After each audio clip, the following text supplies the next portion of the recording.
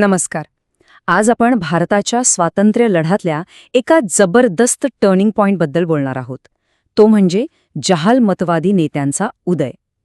हा तो काळ होता जेव्हा स्वातंत्र्याची मागणी अर्जविनंत्यांच्या पलीकडे गेली आणि एका हक्काच्या लढाईत बदलली.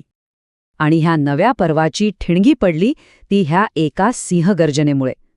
लोकमान्य बाळ गंगाधर टिळकांच्या ह्या शब्दांनी खरं तर संपूर्ण देशात एक नवी ऊर्जा भरली.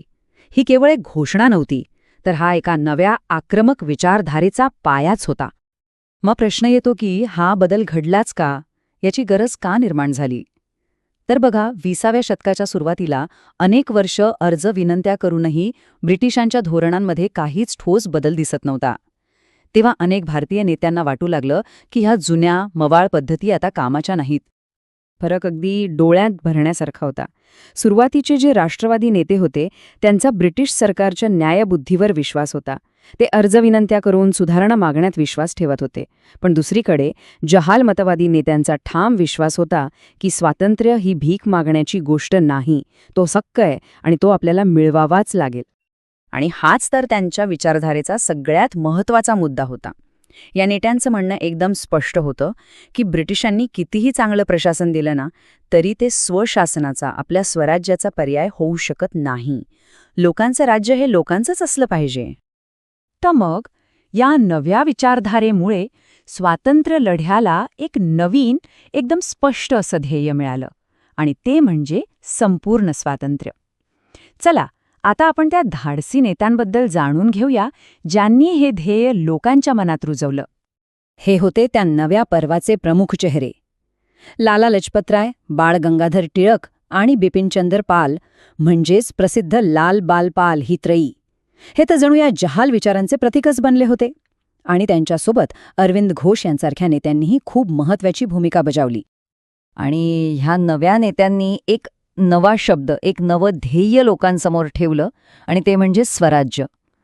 आता फक्त सुधारणा नको होत्या, आता हवं होतं संपूर्ण स्वराज्य, म्हणजे आपलं स्वतःचं राज्य. पण आता प्रश्न हा होता की हे ध्येय गाठायचं कसं? नुसते विचार मांडून तर चालणार नव्हतं, बरोबर? म्हणूनच जहाल नेत्यांनी लोकांना एकत्र आणण्यासाठी एक ठोस ॲक्शन प्लॅन तयार केला. हाच होता त्यांचा प्रसिद्ध चतुःसूत्री कार्यक्रम. बंगालच्या फाळणीला कडाडून विरोध करायचा, आपल्या देशात बनवलेल्या वस्तू वापरायच्या म्हणजे स्वदेशीचा पुरस्कार, परदेशी मालावर पूर्णपणे बहिष्कार टाकायचा आणि सार्वजनिक उत्सवांमधून लोकांमध्ये एकी आणि राष्ट्रभक्तीची भावना वाढवायची. या मार्गांनी त्यांनी सामान्य माणसाला थेट स्वातंत्र्य लढ्यात सामील करून घेतलं.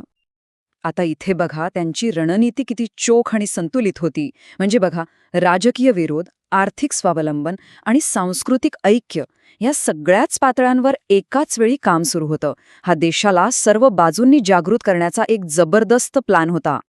पण गंमत म्हणजे हा लढा फक्त रस्त्यावरचाच नव्हता, तो लोकांच्या मनात आणि विचारांमध्येही लढला जात होता.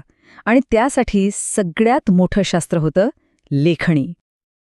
लोकमान्य टिळकांनी तर आपल्या केसरी आणि मराठा वृत्तपत्रांचा वापर एखाद्या धारदार शस्त्रासारखा केला.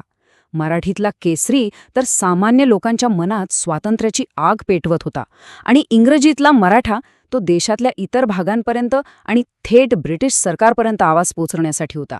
काय जबरदस्त रणनीती होती. आणि विचार करा, तुरुंगात असताना सुद्धा टिळकांची लेखणी थांबली नाही. तिथे त्यांनी गीता रहस्य हा ग्रंथ लिहिला. या ग्रंथाने गीतेतला कर्मयोगाचा सिद्धांत स्वातंत्र्य लढ्याशी जोडला आणि त्याला एक वैचारिक आक्रमक रूप दिलं. तर मग या सगळ्या जहाल पर्वाचा सगळ्यात मोठा परिणाम काय झाला? त्यांचं सर्वात मोठं योगदान काय होतं? चला, आता तेच पाहूया ज्याने स्वातंत्र्य लढ्याची दिशाच बदलून टाकली. हा जो बदल आहे तो इथे अगदी स्पष्ट दिसतोय.